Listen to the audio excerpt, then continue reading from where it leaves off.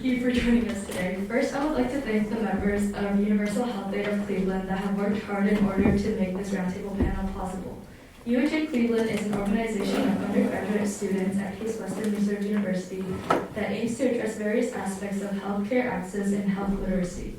UHA Cleveland works to promote healthy lifestyles to those in the Cleveland area by planning and facilitating various initiatives that address healthcare access and health literacy while collaborating amongst like-minded organizations. If you're interested in our work, please visit our website, uhacle.org.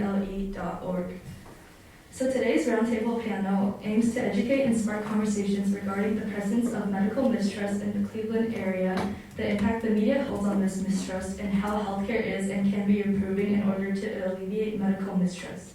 We believe these issues have risen to even greater significance due to the impacts of various moments in history where certain communities, for example, the African American and LGBTQ+ community, have been disproportionately affected by flawed medical care. Cleveland is one of many cities that have always struggled with health disparities, and the influence of the media on society has both highlighted and exacerbated these long-standing problems. So joining us today are 5 experts that come from extensive backgrounds in healthcare, education, and activism. Dr. Karen Mulloy, Ms. Yvonka Hall, Dr. Jessica Kelley, Dr. David Miller, and Mr. Michael Indriolo. I'd like to begin with a brief description of the panelists' backgrounds, starting with Dr. Mulloy. Dr. Mulloy is an associate professor in the departments of family medicine and community health and population and quantitative health sciences at Case Western Reserve University School of Medicine. Having completed her medical education at the West Virginia School of Osteopathic Medicine, Dr. Mulloy teaches occupational and environmental health. She's ecstatic finding ways to improve health and risk of injuries in low-wage employees, and her research is designed to help people investigate the relationship between poverty, workplace safety, and health promotion in the community. Ms. Hall is the Executive Director of the Northeast Ohio Black Health Coalition. She received a Master of Public Administration from Texas Southern University and a Bachelor of Arts from Notre Dame College. Ms. Hall is a nationally recognized Congressional Award-winning health disparities expert and a Robert Wood Johnson Fellow. She speaks all over the country about effectively engaging the African American community and the art of community engagement. She's an activist who has deeply and passionate and involved in local and national social justice activities for almost 3 decades.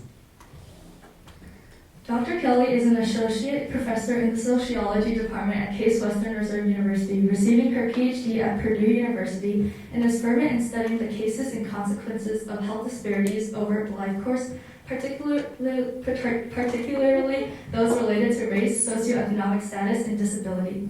Dr. Kelley currently serves as editor-in-chief of the social sciences section of the Journal of Gerontology, Series B, and also serves as co-editor of the series Annual Review of Gerontology and Geriatrics. Her recent research has focused on life course influences on later life functional disparities among Black and white adults, how cohort trends and social change affect later life health profiles, social influences on the experience of disability, and neighborhoods and social exclusion of older adults.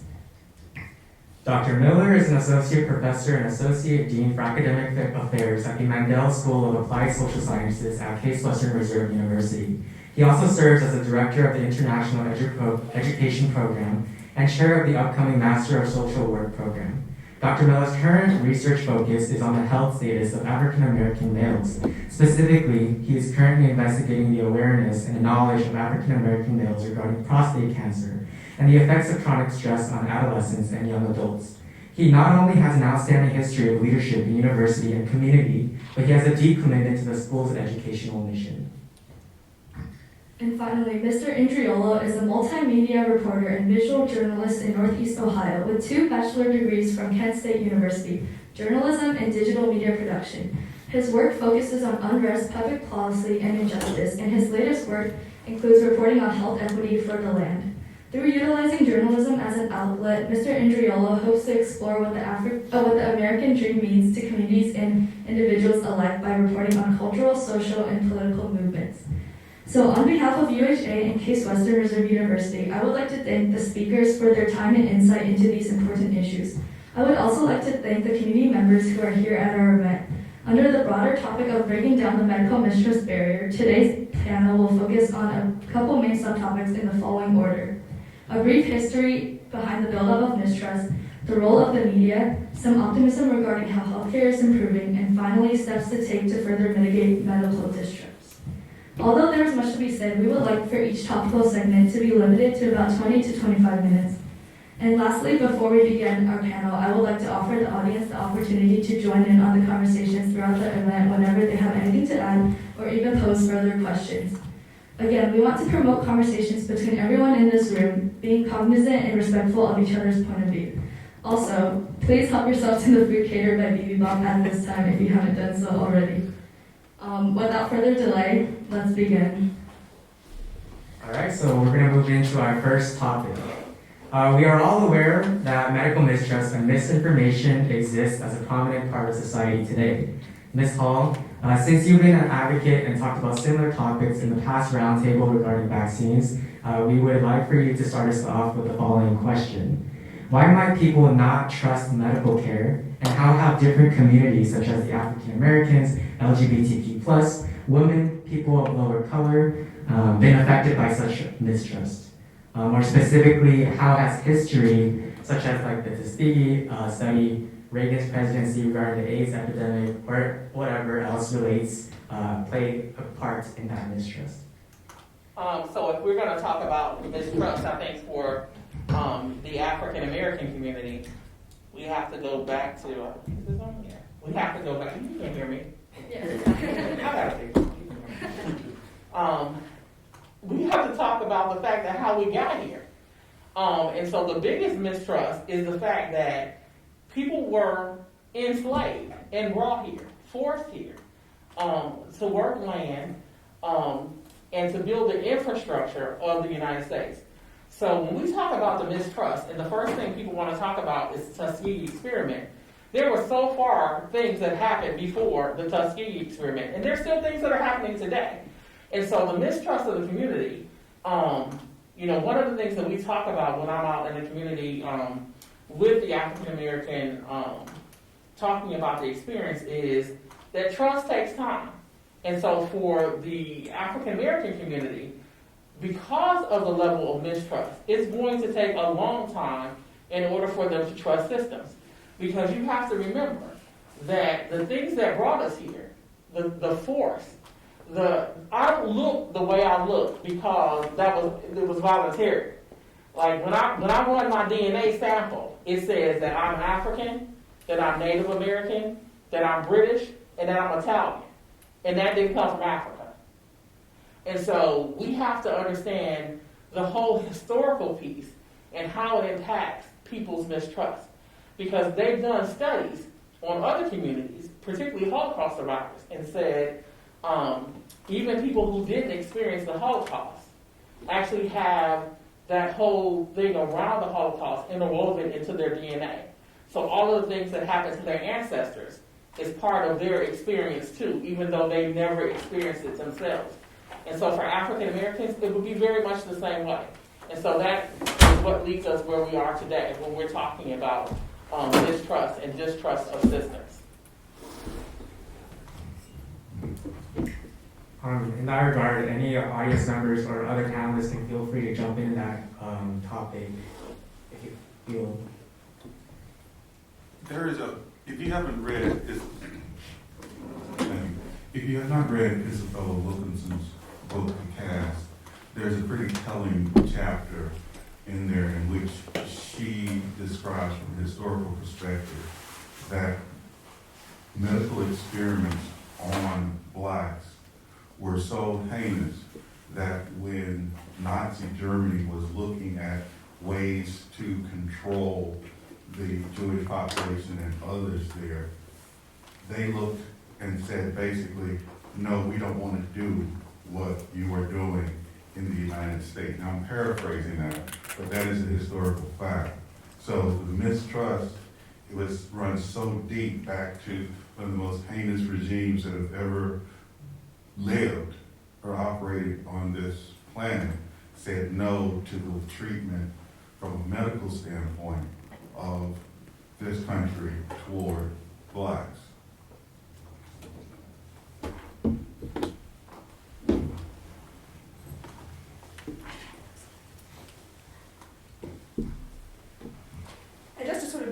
that we can't think of the healthcare system as being in a vacuum.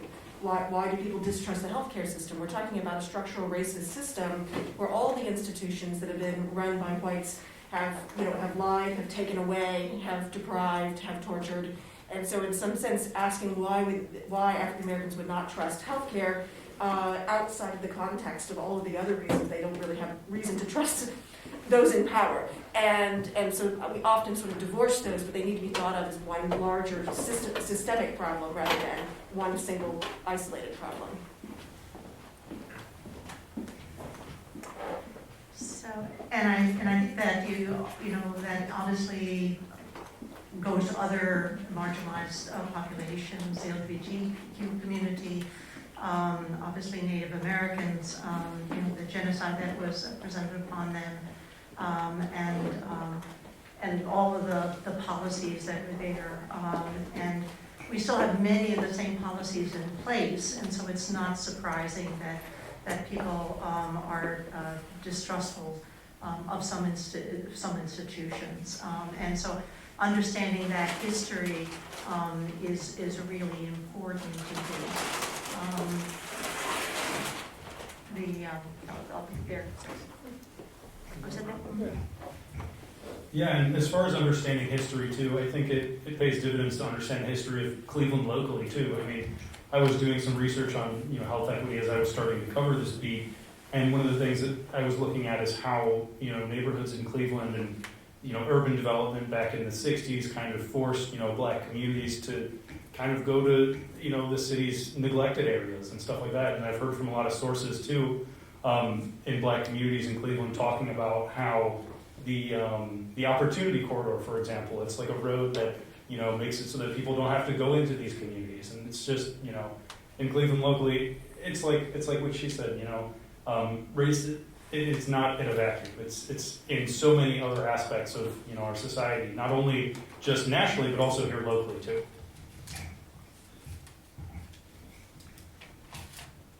I kind of had something that I was curious about actually in the local community of Cleveland. So we do have a whole bunch of different medical offices and hospitals right in Cleveland, but we also see that there's a huge disparity between Cleveland itself and East Cleveland. Do you think the reason that healthcare is not as equitable in East Cleveland is because of income, or perhaps just also the impact of medical mistrust itself? Medical for East Cleveland? If we're speaking about our community, because of the... So we used to have Huron Hospital was here in East Cleveland, and it had been here for almost 100 years, probably 100 years. And in 2012, not only did they announce, so I was one of the advisors on the board for Huron. Not only did they not tell us that they were getting ready to close, we went to a meeting the day before, and then the next day I received a letter in the mail. And at the time, I was the director of the Office of Minority Health for the city of Cleveland, and I was sitting at my desk and I opened up the letter, and I'm like, okay, they knew this was going to happen yesterday and failed to tell us. And we're the advisors. Like, we're sitting around the table trying to figure out ways to make the community better. But then you also have to look at the Cleveland Clinic. And the fact is around their charity care and what they do and don't do. Have received more than $297 million around charity care, but have issued very little charity care. And so we have to revise the system to make sure that people who actually need care are getting it. So Huron Hospital, for those who don't know, had a Trauma One Center. And so what's so important about having a Trauma One Center in an urban area is that when people have gunshot wounds and stab wounds, or they have things that are beyond the superficial, a Trauma One Center is equipped in order for them to handle the services that are coming through that community. So if you have things that are very volatile in the community, and remember the most dangerous time in urban America is between midnight and 6 a.m. So you have all of these things that are coming to a hospital, and the hospital is able to accommodate them. But when you take away hospitals from urban areas and you put in community clinics, a community clinic only is able to provide about a third of the services that a hospital is able to provide. And we're not even talking about any trauma services, because the community center can't do anything about trauma. And so when they announced that they were closing, we were all kind of caught off guard. And not only did they announce they were closing, but within 2 weeks, the building was torn down. So they had basically emptied everything out, started totally removing stuff. And like I said, I was the director of the Office of Minority Health, so I spoke out about the closing of the hospital because I got a backstory. And remember that when you have people who come to your forums, they have a backstory, particularly African Americans. My younger brother was in a racial incident coming home from school in 1987, and someone hit him with their car. And because the other health center that was down the street from my house, on the other side of Cleveland, on the southeast side of Cleveland, didn't have a trauma 1 center, and St. Luke's was closing, they tried to transfer him to Metro, and he died en route. He was 15 years old, a month shy of his 16th birthday. And so you think about the fact of what happens to a community that is having all of these issues that are going on around violence, and there's nowhere for people to go, no place that can save them.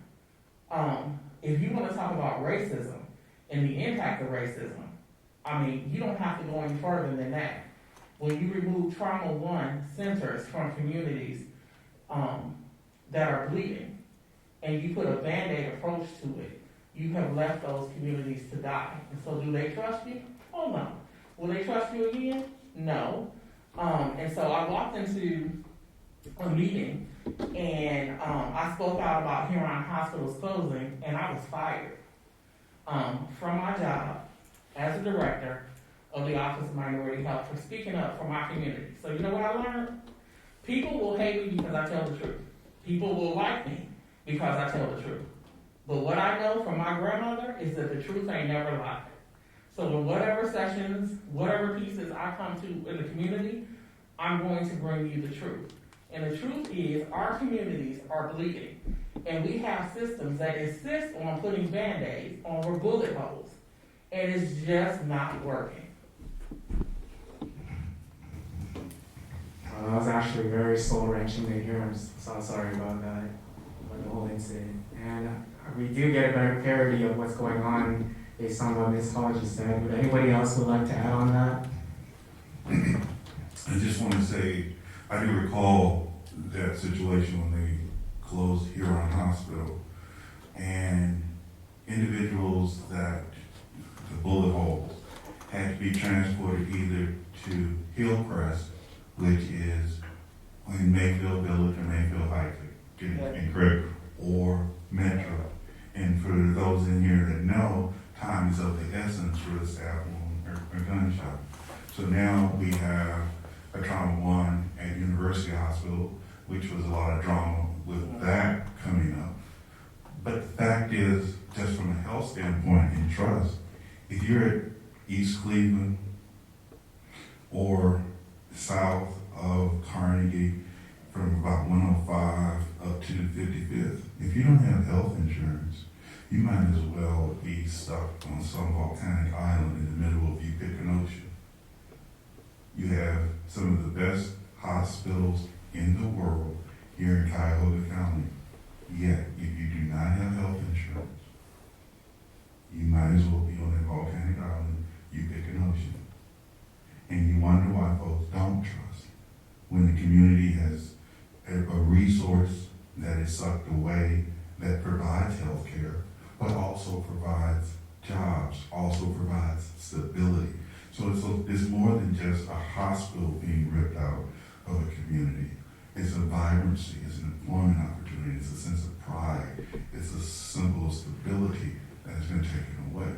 And we all know if you drive anywhere around Cuyahoga County, Lake County, Lorain County, Southern County, or just in any other contiguous counties, you will see University Hospital, Cleveland Clinic, and they're getting ready to start Metro, I think, also. So to say that we can't have it here, but you see them popping up in all other spots around this area, begs the question of what's really important.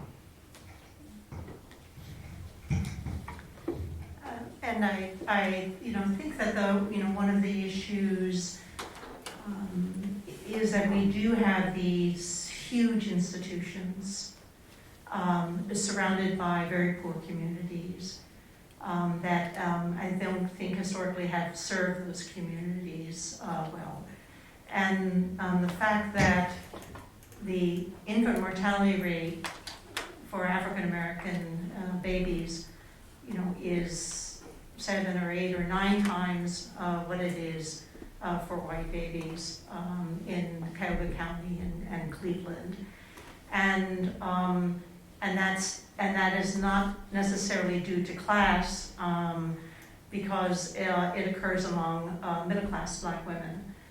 So these huge institutions that have very bright minds and lots of research dollars, have not really addressed those issues, because this has been going on for a very long time. And that's what, those are the things that obviously need to be addressed. Health is just not a lack of disease. Health is a well-being, physical, social, mental well-being, and that's what we don't have in our communities here, surrounding these big healthcare institutions. So. Not to pile on the hospital systems, but if you've been out recently to the intersection of Harvard and Richmond, then you've seen the palace structure that just keeps getting bigger from the UH Hospital and UHA Center that's out there. And if you spend any time, as sometimes I get bored and do, and look at bus route maps, what you actually see is they're putting these major, wonderful health centers on very sort of low, low service lines. And they only just recently even put up a 3-sided structure for the poor people who have to stand on Richmond Road and wait for the bus that may only come every half hour. So we're not even addressing the fact that they don't have insurance. Now we're even taking transportation off of the table. And Cleveland Clinic, has the advertisement. They're very proud of the advertisement. That you can get same-day appointments, no problem. Well, that's fine. But if you call up, they're going to send you to some far-flung region, and if you have no transportation, that's not available to you. And so it's another way we limit care to people who don't have a set of resources available to them. Equity issues. Yeah, and this whole conversation just makes me flash back to a report that I saw a couple months ago it was a study seeking to rank major healthcare institutions based on their community benefit. And if I'm not mistaken, I believe the Cleveland Clinic ranked fairly low on that. They were last. Yeah, they were last, and it was very troubling. And so, if I may, with respect to the people running the panel discussion, I'm going into journalist mode here, and I'd like to pose a question. What does better community benefit look like? It looks like a community benefit. I mean, really, I just explained that they're receiving $297 million and offering very little in return. And so what happens is the hospital systems that actually get a chance to do a lot of our charity care, which is our county structure, which is Metro, they're competing with them for dollars, but Metro is actually seeing patients. And so you have a hospital system that's actually doing charity care, and another hospital system that's claiming charity care, that's getting money. But then when you look at other hospital systems like Akron and Sula and some of the other things, and you look at the small amount of money that they get for charity care, but the amount of charity care that they do, I mean, there's no comparison. So we have to really understand what community benefit is for the community. And then we have to take these hospitals to task. We have to make sure that we're doing everything that we can around legislation. I got an issue around equity, because my thing is this. We have all these people that are talking about equity, but they can't spell equity, because equity is spelled legislation. And unless you're ready to do some legislation and actually change some stuff that's in the books currently and put some new stuff in that's right, you're not talking about equity. Equity is just this whole thing in the room that looks good. You know, we have a whole bunch of phrases that come around, every few years that look good. But what happens is we leave out, a new phrase comes in, and the same stuff is left for the community. And our communities are left the way they are. And so we have to really change the mindset of these hospitals. And for me, we have to question their tax status. You should not be a nonprofit institution that's receiving all these dollars for being a nonprofit institution, but you are a business, a corporation, a multi-billion-dollar industry. Got your own zip code. They got their own zip code. And so we have to really, as a community, understand what community benefit is and how we can force our legislators to change how they handle our money. This is our money. Handle our money and who gets it and why. And so that means that making sure that people are reporting on the real deal about what they're doing, taking JACO to task and saying, the hospital standards have to change, making sure that we have anti-racism measures that are actually being addressed from the top up, the bottom down, everybody. If you work in a cafeteria, if you work in a hospital, everybody needs to make sure that they're doing focusing around anti-racism. And for our systems just don't do what they're supposed to do, what they were created to do. Well, they are doing what they're created to do. And for them, it's created to keep some people well and other people sick. It was never created to keep African Americans alive. We have to remember that in America, we've only had 2 times that the status of African Americans have changed. We keep talking about infant mortality, but black infant mortality has been the same since 1865, y'all. It ain't changed, right? The numbers ain't changed. The only thing that changed is the year on the calendar. So we only had 2 times that the status of African Americans changed. It was in 1865 to 1872 with the Freedmen's Bureau, because that brought in colleges and hospitals that actually saw black people. That kept black people from being extinct. Kept us from going into extinction. We were dying in large numbers in the South. The next time was the Civil Rights Act. The Civil Rights Act allowed the integration of hospital systems.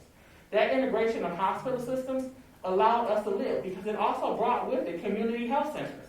Community health centers were the lifeline that black people needed in their communities. You know why? Because the people that worked in community health centers looked like the people in the community. Now if you go to what's supposed to be a community health center, the administrators are not black. The people who are running the departments are not black. And so I don't know where we lost it at, but something is terribly wrong and it needs to be fixed. So, when I talk about how I feel about these systems, obviously, I got a bias. My bias is fix it now. This is ridiculous. People shouldn't have to die waiting to get services that they so desperately need. They should not be in a hospital system. You talked about women. Women go into the hospital with a heart attack and are sent home. Black women, every day. Go take an aspirin. You'll feel better. I had a girlfriend about 12 years ago who left work because she was having a problem with her toe. Her toe was killing her. She went to the emergency room. They told her to go take an aspirin. She was having a stroke. She died the next day. She was 36 years old. Her son found her after he got home from school. We gotta do better. We gotta do, and we gotta demand better. I just have a question. I don't know that. Thank you. Basically, I hear everything that you all are saying about Cleveland Clinic, right? And I might just be devil's advocate right here, but understanding the world to which we live in where they have traded people for profit, Cleveland Clinic is one of the major employers here in Cleveland, Ohio, right? So they're already employing over 45,000 people here in Cleveland. So when you're talking about attacking an infrastructure as such, that is one of the main reasons that brings in the amount of money into Cleveland, what is the realistic, smart strategy? And when I say smart, I mean specific, measurable, attainable, relatable, and timely to actually get that done. Because again, that's really what we face in our communities, right? Because I hear everything you're saying about Huron Hospital. I was born at Huron. So I hear everything that you're saying about Huron Hospital being taken out. I hear about the disadvantages from these community clinics and how they only offer 1/3 of the services. But it's really a money game right now. And that's why you're seeing the effects of it. That's why they can be a nonprofit and still be a billion-dollar industry, because they're one of the ones bringing in a lot of money to the city.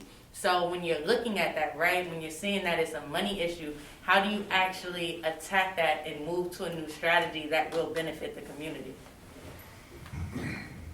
Great question. I think one of the things that Ms. Hall mentioned was legislation, and it's having policymakers who are more concerned with the well-being of their constituents and not their campaign contributions from individuals at the clinic, from individuals at other healthcare facilities. Also, the tax-exempt status challenges can be brought against that right now. Yes, Cleveland Clinic has a phalanx of attorneys who would probably fight to the death regarding that tax-exempt status, but it must be challenged. The evidence, as Rasheed Wallace used to say, when a suspect files for call, the ball don't lie. In this case, the evidence does not lie. Metro, with less money, provides more community care. SUMA, Akron, with less money, provides more charity and community benefit care. So using that evidence, using the journalists, using social media, using whatever means are available to highlight the fact that there's an inconsistency in Cleveland Clinic's mission in terms of getting care to everyone. And as I said, south of Carnegie, you might as well be on a volcanic island and pick an ocean. And so I believe challenging Cleveland Clinic about that, using the evidence that is out there, old-fashioned muckraking journalism, saying, hey, you're getting this amount of money, but this is what you're doing. There's an inconsistency with that. The challenges that many folks say, Cleveland Clinic is bringing jobs, University Hospital bringing jobs. That's great. They should be doing that. But at the same time, they should also be providing community benefits that are useful. It is abysmal that in this day and age, disparities continue to exist when we have the technology, when we have the treatment modality, when we have the knowledge to address them. One of the areas in my research around prostate cancer is that this cancer is over the years is starting to decrease. Yet the disparity is still 2.5 times between black men and white men. And that's even as the numbers go. Why is that consistency there? Why is it so stubborn to break that? We have community health fairs. If I never go to another health fair, I'm happy. Because you go to health fair, you get your blood checked, you might get a PSA, you might get a blood pressure, a couple of other things. But if you don't have a primary care physician, what good is it? What good is it to go to a health fair, which Cleveland Clinic does a lot of, and not have follow-up care? That, again, there's the evidence, the ball doesn't lie. So getting Cleveland Clinic to come up with a better plan, I believe, would address that. Is it going to happen overnight? No. But if we don't say enough is enough, we will continue with the same goal that we currently have.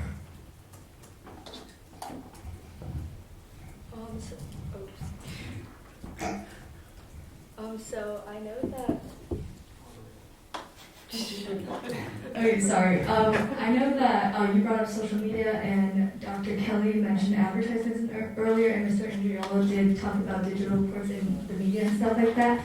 So I would now like to shift the focus kind of to the media itself, because the prevalence of the media plays a pivotal role in connecting us to the world and keeping us informed about many things and many of the statistics and everything that you guys have just brought up.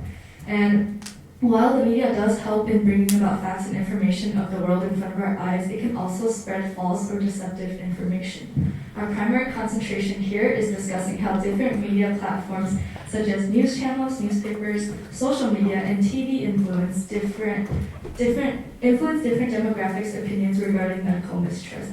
So, Mr. Indriolo, with your background in news media, we'd kind of like to begin with you.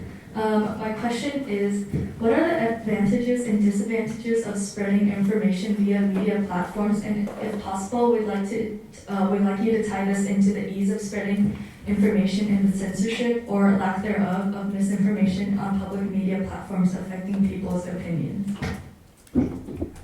All right. That's a really big question, but it's an extremely important one. And so I think one of the important things to note, as you said, different media platforms influence different demographics. And so what we see with social media, namely, I'll use Twitter as an example. Their main demographics about 40% people between the age of 24 and 35, I believe. So, like on apps like Twitter or like TikTok, for example, very recently, with the COVID pandemic, we've seen misinformation regarding vaccines and misinformation regarding the pandemic in general, just like get really big on those networks. And I think this is a really niche thing, but I don't know if anyone here has heard of the Island Boys. Like very recently, they posted a TikTok or something where they were like, "Man, Alex Jones is awesome. I love Alex Jones." And it's like, when young people, when I was going through high school, I loved conspiracy theories. It was super interesting to me, and I felt like, like the government isn't serving me, and I don't care about all this political crap. It doesn't make any sense to me. And so I gravitated towards the sort of countercultural stuff. And so I think, with social media, that stuff has a lot of traction on there.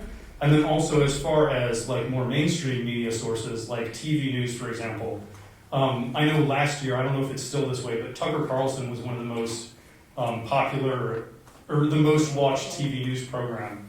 And he's also, tends to be one of the more like hyper-partisan kind of firebrand type of guys. And so, being that was one of the most watched programs, I think it shows that, both on TV news and on social media, controversy equals views. And, there's no information that's more controversial than information that is unprovable or might be false. And so I think that kind of information tends to get a lot of traction. There's also that whole like thing with hate clicks that was recently reported by through Facebook internal documents, where it's like Facebook promoted posts that got the angry emoji on them, the angry react emoji.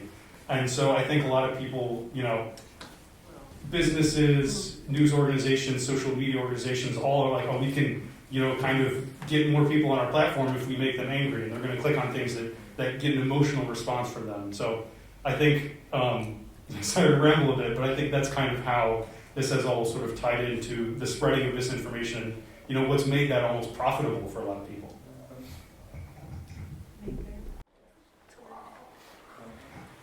No, thank you. That's really insightful. I didn't know about the hate clicks. So, just one sort of really important aspect is trust. When it comes to media and where we get our information. And there's a lot of really good research that shows that African Americans in particular trust black sources of information, journalists, radio hosts, folks that really sort of are invested in their community, particularly when it comes to health information. And frequently a lot of these sort of black-owned media businesses, are financially struggling. They're sort of a paycheck-to-paycheck kind of operation, and they're sort of overwhelmed by sort of white media, but that same level of trust, even for the same facts given, don't garner the same trust, in the community. And so we really need to support voices that the community trusts to listen to, rather than sort of do this sort of blanketing of information. Well, Brian Williams told me the truth, it must be true. Understanding who's telling me the truth and who I might trust. I think one of the other issues probably certainly about most recently, is that we in public health have really not stepped up like we should. That the messages have been sometimes confusing, not straightforward, contradictory, kind of all over the place. I just cringed when they first came out with don't wear masks when the COVID started, when they meant, please don't go buy N95 masks because we don't have enough, and we need them all for the people who are at the hospital or in the clinic. But you could wear a mask, as we are now, and cloth masks and all those things. So by the time they got around to saying wear a mask, then it was just it was a free for all. So I think that we in public health have really let folks down, and part of that is the way I see it historically, the CDC began like in 1946 and has kind of progressed as it's gone along. The directors of the CDC for a long time were career service public health people. People were on the front lines of big epidemics. The people who eradicated smallpox. People who were in malaria, areas.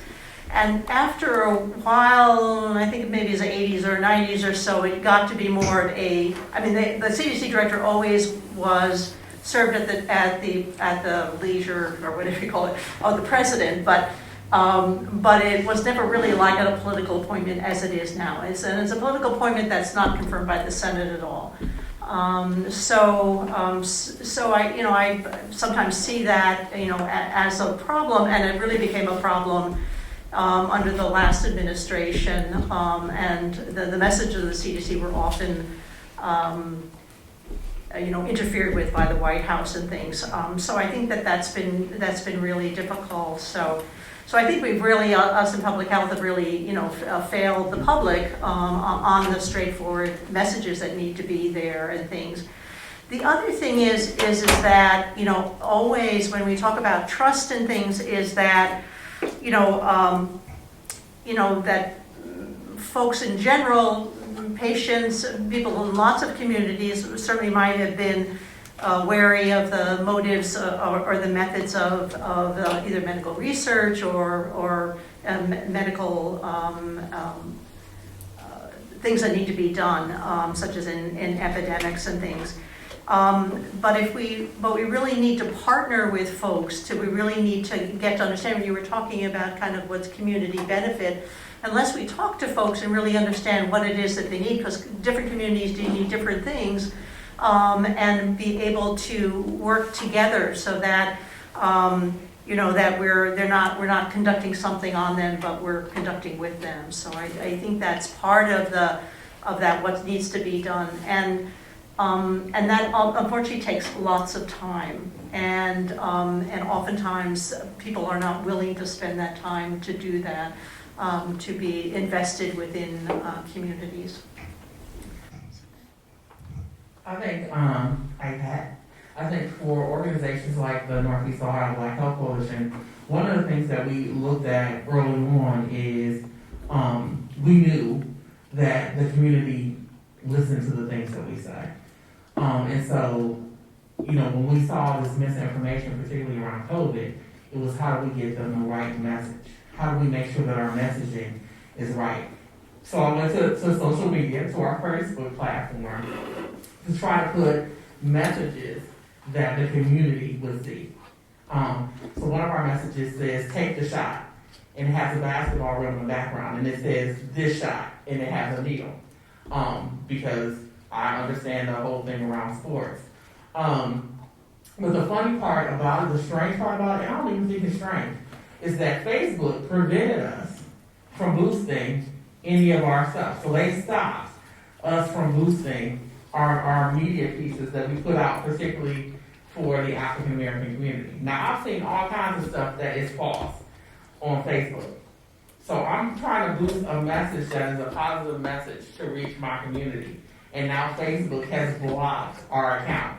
And so we can't send out boosts around the issues that are important to the community. And so Facebook sent me a note and said, we think that did you put a social issue, that you are highlighting a social issue, something else, I can't even remember the whole thing. But I just thought, wow, I've been watching a whole 2 years worth of fake news. And now we're putting the right message out here, trying to get people to understand the severity of COVID, and I'm blocked. You know, my organization is blocked from being able to do it. And I'm thinking, how many other organizations that are also trying to get the right message into the community, out to the community, are being blocked?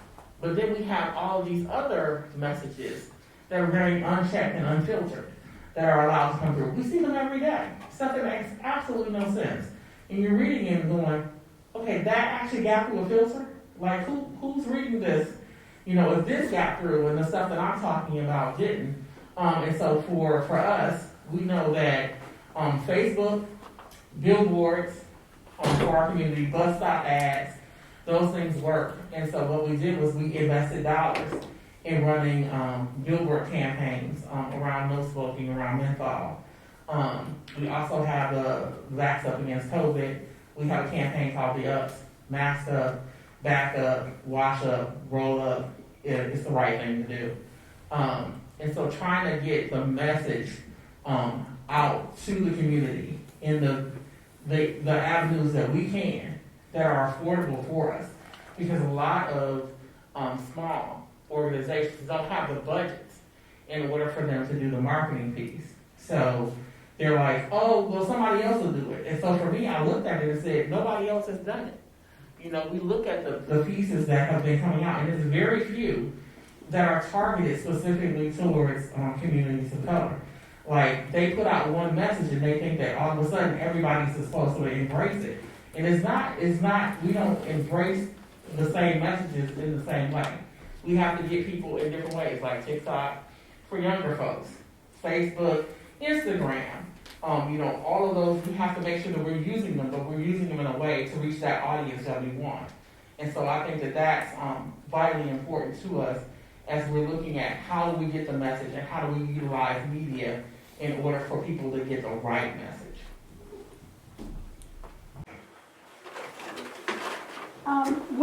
On the other side of that, there were a number of posts with false information that I complained about. And without exception, my complaints were disregarded and they let them go through. It's just almost incomprehensible. That's what makes them money. Yeah, and I just said that, you know, the other comments that they were allowing to post should not have been allowed. I am so glad I don't have social media. I do have Twitter, but I had to have it because of the position that I have, and I can't wait to give it up. It's almost as if we're fighting this figurative war against misinformation, against interests that would rather use a hate click. You know, I don't know about hate click and bait click, click, something one of those.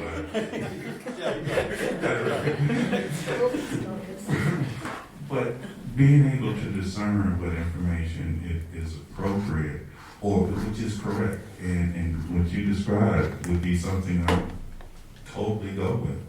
Yet, for those who don't know, Alex Jones is one of the major conspiracy theorists operating in the United States. He was a part of January the 6th. He was also the individual who said that Sandy Hook did not occur and that they were actors. Fortunately, a judge today said, you know, you need to come in and give the evidence or we're going to basically throw the book at you. So that's who that individual is, if you don't know who Alex Jones is. We have to use the social media because it is important, but also just going back to basics, literally, it's knocking on doors and spending time and talking with people about what is going on and answering the questions face to face in forums such as this, in barbershops, in salons, in church groups, in synagogues, in mosques, providing that information on the street corner. Those individuals where you can talk face to face, the old school way, is going to be, in some communities, a better way to get information out than trying some of the other methods that we have heard tonight, just don't have the interests of the communities at hand, but more important, their bottom line.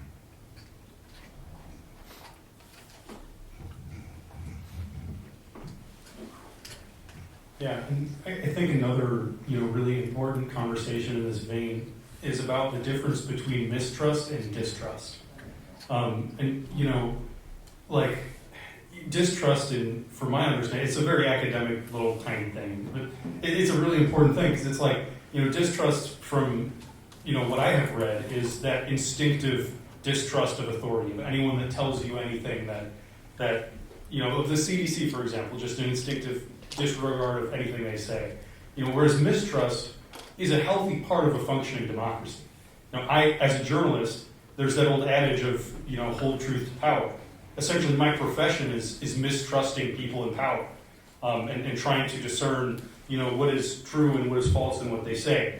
Now, I think, we find ourselves in the very unfortunate position with something like the COVID-19 pandemic, coming up where, bad actors in the media see that and they say, I can make a buck off of playing off of people's mistrust, off of, taking something that's a good thing, and I can find a way to, manipulate that and pervert that into something that is bad for, people, and I can make money off of it.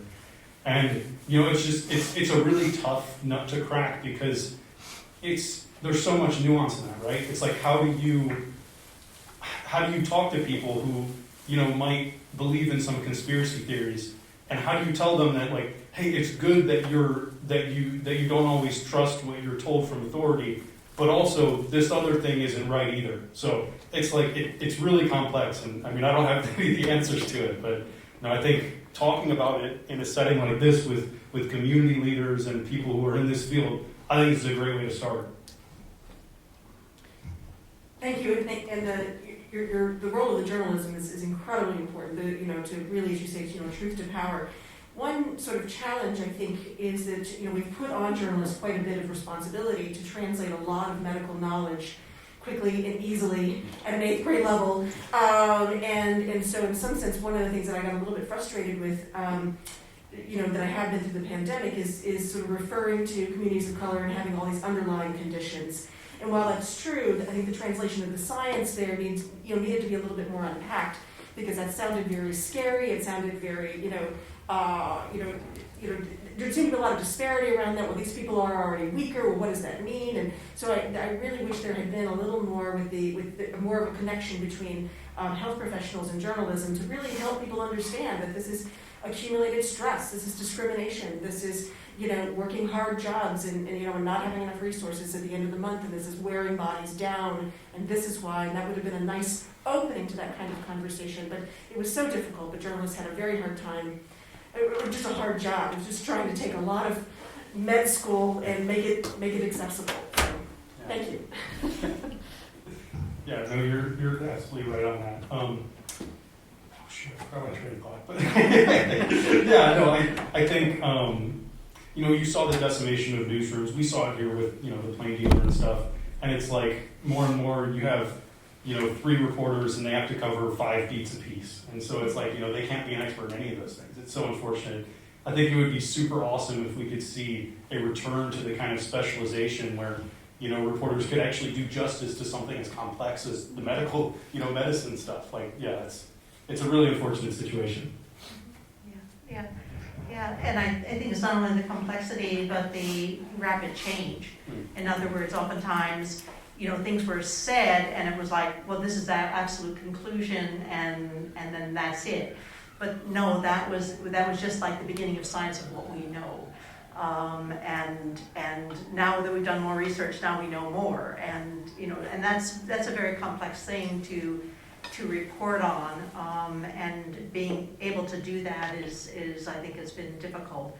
And then the fact that some people don't necessarily want to do that and things, so that I think that too that so thinking about the mistrust, that I think that one group of folks that I work with a lot is low-wage workers and things, and oftentimes that as you can see, like at the beginning of the pandemic, they were not protected at all.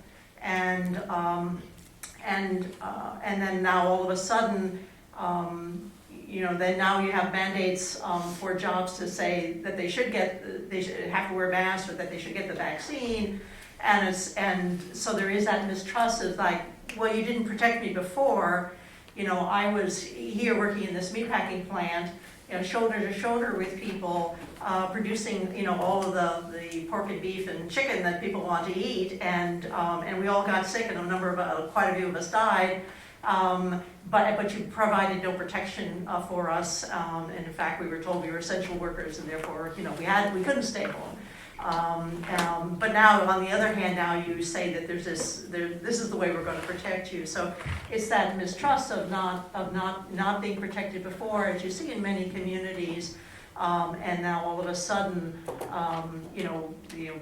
that we say, well, this is something that will protect you, and so there's that mistrust there. So it's that way of being able to relate to those communities and really being able to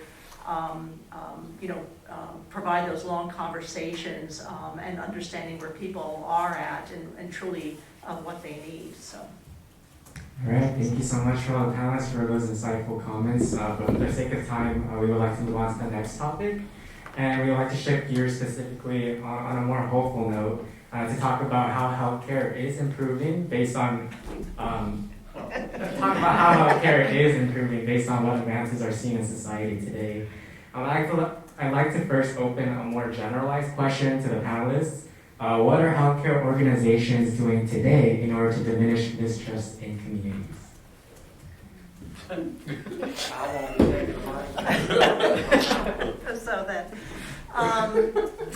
So I think that obviously folks feel that they're really, really have not gone the mile that they should have gone. Obviously, you've heard the really differences of how community people feel about the difference between Metro and the other institutions and things, for the services that they are providing and things. I think that obviously some steps that have been taken, for example, the public health system here in Cleveland and Cuyahoga County declaring racism as a public health crisis was important, but it's what they do to follow up on that and how they then think about, how do you address that probably has not been done. Oftentimes those things it's a good step forward, but then oftentimes, we don't see the follow-up on that, and I think that that's the case. I do teach at the medical school, and I can say that, we really have worked hard on, oftentimes taking leadership from our medical students on the issues that are most important, but being able to have them start to be able to truly listen to patients, be truly establish that trust, and not view the patients as something that they tell them. That healthcare is a partnership between the healthcare provider and the patient, and we really work at trying to teach that for the medical students and things. So let's see. I'm not sure what else I could say for that. I think that there probably are some other programs that Dr. Miller could talk about. Yeah. That's funny. She doesn't want the mic. But I agree. There's probably a difference between institutions and individuals. Yeah. And that's what I was going to point to. A friend of mine, Dr. Gregory Hall, is going to be sometime next month taking a position with University Hospital and to develop a health practice and eventually call it a clinic where the focus will be around Black male health eventually, but health in general, but particularly with an emphasis on Black male health. I think a lot of the things are happening more individually, and they are, like everything else we know today, one of the most overused words, but very appropriate, that is a silo. And so activities are occurring in silos, that are addressing some of these, but there's not any connection or integration or intersection with what's happening, say, at University Hospital and Cleveland Clinic and Metro around these issues. Each one has their own probably minority health clinic, just like each one has their own Lifeline, or each one has their own MRI. There's a duplication of services. So we kind of know about what Metro is doing, but we don't know what the other two are doing. We know what UH is doing, we don't know what the other two are doing. There are instances where there has been progress, but more needs to be done. And I think when we look at the graduating class of our medical schools, our dental schools, our nursing schools, our PhD programs, regardless, we're starting to see more individuals from groups that historically weren't there before. And hopefully in time, again, as you pointed out, it's going to take time.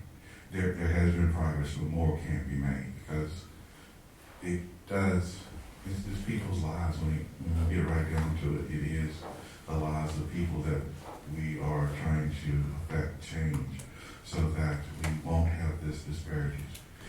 I challenge my students with this. If we're talking about any of these issues when they have their 20th reunion for the Jack Joseph and Morton Mandel School, we didn't do a good job. Not just as professors, but we didn't do a good job as a society. That in 20 years, we're still talking about health disparities when we have been talking about health disparities for 50, 60, 100 years before that. So hopefully we can really make the change and have a concerted effort to do that. And to go back to another point, it's the political will.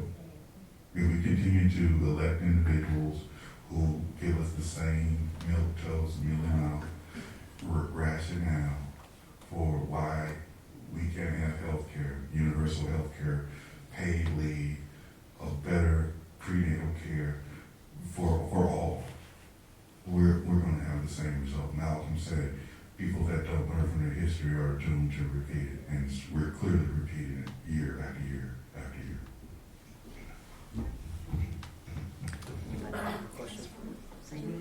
I'll say something positive. Go ahead. Oh, yeah, sorry. Yeah, I think to have a longer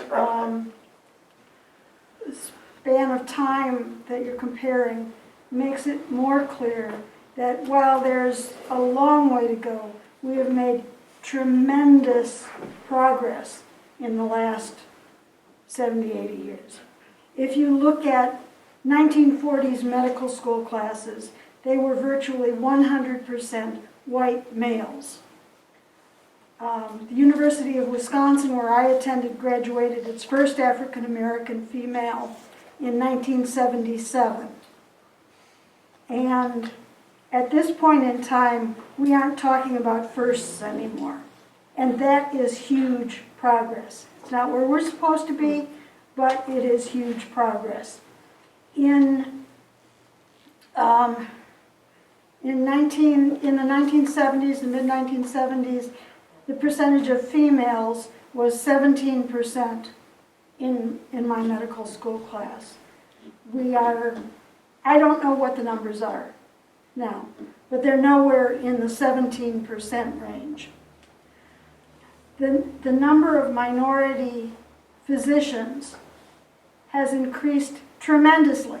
I'm not saying that we've met target, but what I am saying is that we have made huge progress. There's a movie out, and I don't remember the name of it. I watched it online. I think it's the same one that SPAN is putting on online on January 15th, if I've got it correctly. And they were talking about, and I don't remember the exact year. I wish I would have taken better notes, or had them here. But they were talking about Medicare and what Medicare did for decreasing disparities.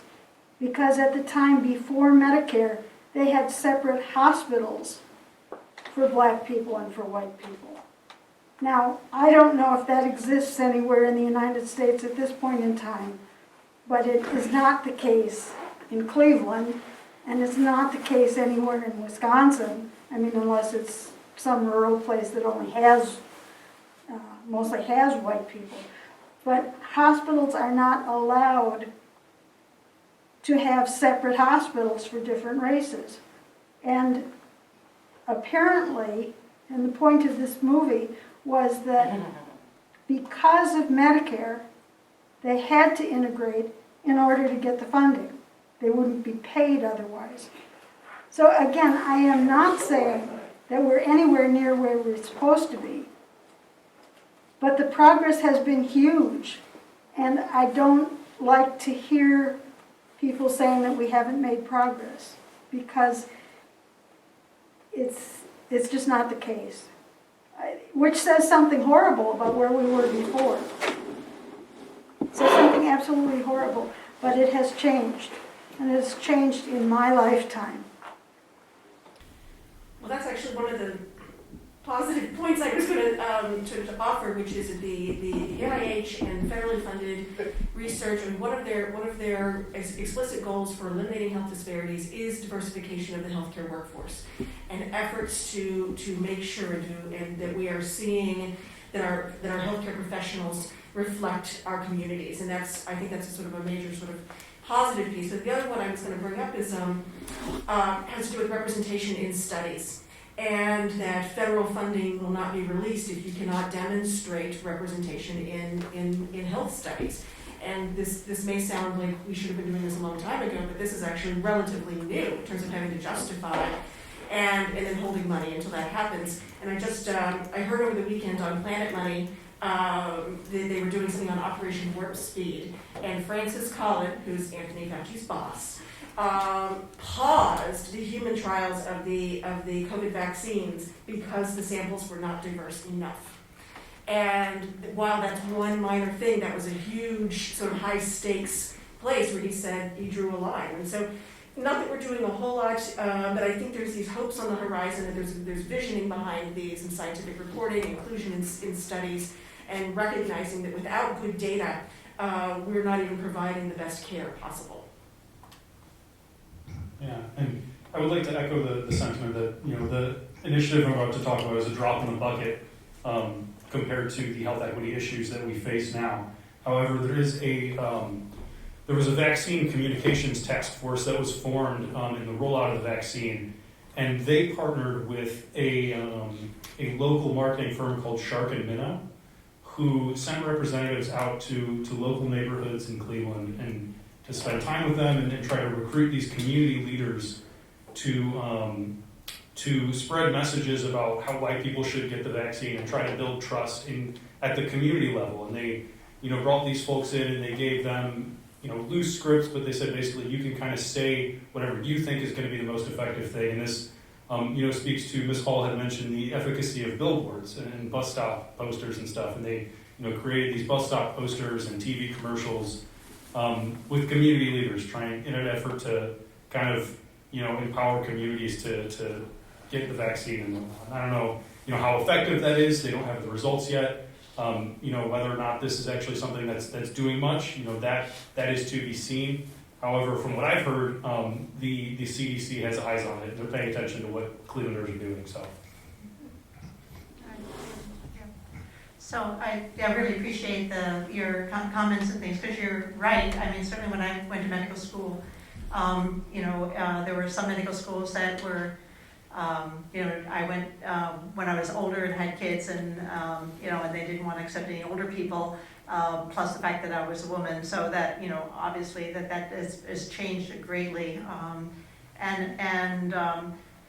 but it really takes institutions a lot of work to really be sure that not only that they have diversity of the students coming in, diversity of the faculty, diversity of staff, but that they also be sure that they keep them. And I think that that's sometimes one of the problems that institutions have, is that they've kind of gotten into the whole thing about diversity, but really not really created the institutional structure to be sure that people stay inclusive, and that they stay with the institution and things. And I think that that's, certainly for case, that has been the conversation in the last year and a half they've been talking about and increasing that. And certainly within the medical school that, it's really important to have more students coming in that represent all the diverse communities, which represent all the patients that they'll be seeing, and that is really important. And so they really have been working at that. But I think that that's the part that, is the really important part that on the institutional level that really needs to be done. So, Matthew? So now I'm gonna talk. So, as an African American woman, we have, other women in the room that have spoken and said, oh, things are changing, but they don't look like me. So, when I go into a center, when I present into a center, when other women who look like me present into a center, it's no different than my mother, my grandmother, my great-grandmother presenting into a center. We are still treated like crap, no matter what center we present in. So, case in point. I look pretty healthy, but I have cancer. 14 years ago, I went to the doctor and said, hey, I think something's wrong. They said, no, you're just getting older. I said, okay, no, that's not it. Something's going on. I think something's going on with my thyroid. Went back to next year. Did a test. Something's going on. Went back to next year. 14 years. 2 years ago, I said, don't give me that test anymore. I need you to give an ultrasound of my neck. Like, I need you to see what I feel. I went in for the ultrasound, and the person who was there, the tech, was like rapid fire typing. And I was like, you see what I feel. She said, I can't say anything. I said, you don't have to say anything. Like, have you ever been in a place where they knew something was wrong and all of a sudden the whole thing changed? This woman was like, oh my God. I mean, she was typing so fast. I said, okay, she's probably never typed like this since she went to school. So they called me and said, we need to do a biopsy. So I go in for this biopsy. And when I go in for the biopsy, I'm telling the person who's giving me the biopsy that I can feel you. I shouldn't feel him. Because once you numb me, I shouldn't feel you. He goes, well, I gave you enough. Get somebody else in this room before I jump up off this table and choke the hell out of you. If I'm telling you that I feel you and I shouldn't, and you're telling me, well, I already gave you enough, give me some more, because obviously something is wrong. So I still have the scars on my neck from that biopsy. I have to have another biopsy tomorrow. Because with COVID makes thyroid disease progressively worse. So 276 days ago, I had COVID. I'm a lone hauler. All of a sudden, I started gaining all this weight. And I'm like, what the heck? I can't even eat food. Like, what the heck is going on? I go to the doctor and I said, you know what? I tried to put my head back to put a roller in my hair and couldn't breathe. She said, let me send you for an ultrasound. She sent me for an ultrasound. I looked over at the screen and could look at the tumor and tell that it was 4 times bigger than it was 2 years ago. So now, they're like, we're going to have to remove this tumor. There's not only something going on with your thyroid, but we think your cortisol levels are messed up and that we have to fix it. 14 years, I've been complaining about the same thing. And it's not just me. My cousin had the same problem. My other cousin, my other cousin, my other cousin, my other cousin, my other... All of us had the same problem. We all in the room, all of us, are talking about the exact same thing in a response from a medical center. But guess what? Research on thyroid is done on white males,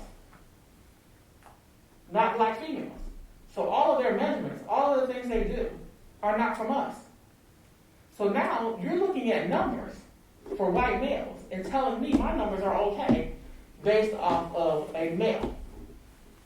So even though things have changed, there are a lot of things that remain the same. Our communities don't receive the care that they should receive and are not looked at, and still are looked at as being not human when we're going into certain medical facilities and talking with folks about issues that are wrong with us. I don't have to tell you about my great-great-great-great-great-grandfather. I can tell you about me. And I can tell you about, what does this lead to around mistrust and talking to other people. I was on a call earlier today with a young woman who was explaining a medical situation. We were talking about this fictitious document, this story that one of the other people on the call had written. And he said, I'm going to go present this story. And I'm looking at it, he's a white male, this fictitious story about black people being sick. And I'm like, what the heck is this? And I said, you got a million stories. Like, why are you making up some nonsense? And so I said, do you think that black people have not been in pain enough that now you want to exploit our pain with stories that aren't us? Because when we come into the room, I'm going to go back coming in the room, I'm coming with all of the stories, all of the things that have happened to me. And now I'm sitting in a conference call with someone who's basically saying, oh, yeah, in order for me to convince my organization to help fight for you, you got to come and give us your bleeding heart story. You got to come make us feel your pain. Dude, if you don't shut the hell up. So I'm on the call, and the black girl, who was also on the call with me, starts saying what happened to her at the hospital. This girl lives in Connecticut. She's saying what happened to her in a hospital setting. And I'm looking at her, and she is crying. I'm watching the tears roll down her face. These other two people on the call are her colleagues, a white male, a white female. This woman is crying, y'all. He blew her off like it wasn't no tomorrow. But guess what? He was on the call with the wrong black woman today. Because I was like, hold the hell up, shut up, and acknowledge the fact that your coworker is on here crying about a medical system that has screwed her family over. When we got ready to get off the call, I said, I looked at your neck, and I noticed that you have a board. She said, they told me I'm going to have thyroid disease. I said, I'm going to tell you who to go to. I could look at her neck on a Zoom call, and you know that's a jacked up screen, and say something is going on with you.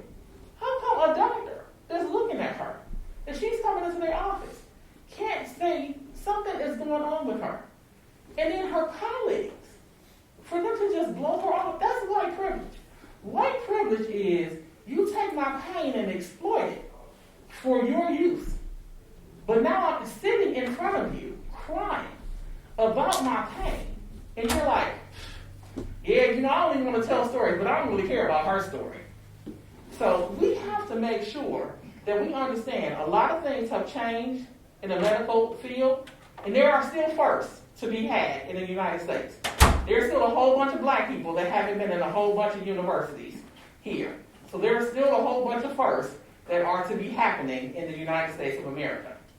So we have to make sure that we understand that our systems, these health systems, are built on racism. And that it's going to take a whole lot to dismantle these systems and build them up the way they're supposed to be in order for people to get the services that they need.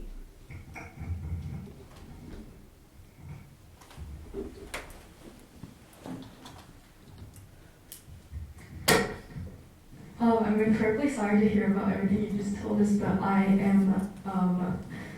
we're running low on time, so I think we have to wrap it up now, but thank you so much for your stories and everything. I definitely agree that there is still a lot of institutional change to be made, and that it's also more important to look at a more individualized advocacy too. So I did want to kind of ask about what are some actions that smaller organizations such as UHA can take to ameliorate this issue. If we could really quickly touch on that, and then I'll wrap up this panel right after that. I think this organization, good job, Ken. But I don't know how this did not get in, but we'll talk about it. I'm the advisor for this group of students, and while we have them here, let's please give them a round of applause.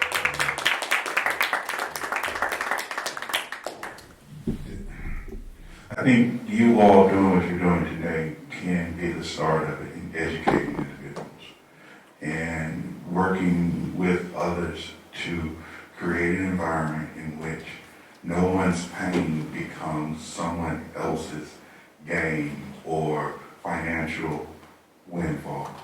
And really looking that healthcare is not something to be bought by the highest bidder, but is to be delivered because it is to be delivered because the individual is a human being that needs to be cared for.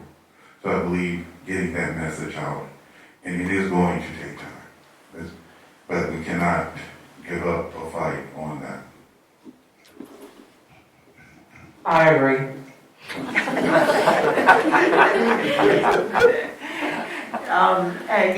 Thank you for the students for doing this but I think this is the way to keep going is keep holding community events, talking, bringing up questions, bringing up hard issues for people to exchange, dialogue, and learn from each other.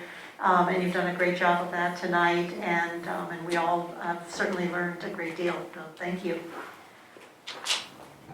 Yeah, absolutely. And I want to say I really appreciate you bringing the media into this conversation as well, because this is, as a journalist, this is incredibly important for me to hear these stories and to hear the perspectives of people in this industry. I mean, if I'm going to cover health equity, I ought to be, talking to people like you guys about this stuff.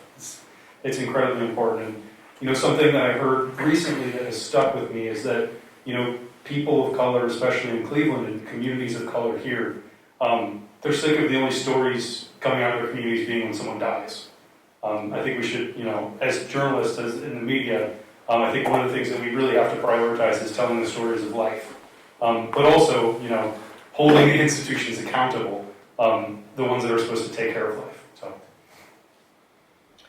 Yes, thank you. This is a wonderful panel, and I feel really honored to have been invited to sit with these folks today.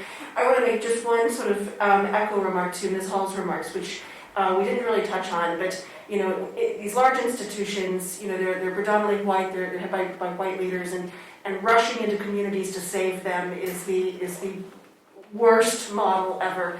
And if you really want to make a real difference, you need to be partners in the community, you need to be in the community, you need to know who Shaw's mortal enemy is in football. I mean, you need to know people and talk with people rather than othering that we're going to go in and fix problems. And you guys are really sort of the right generation and cohort to be thinking along these lines. Mostly because we find that Gen Zs and millennials are willing to blow it all up. So please feel free to do that as we go. So thank you for having us here.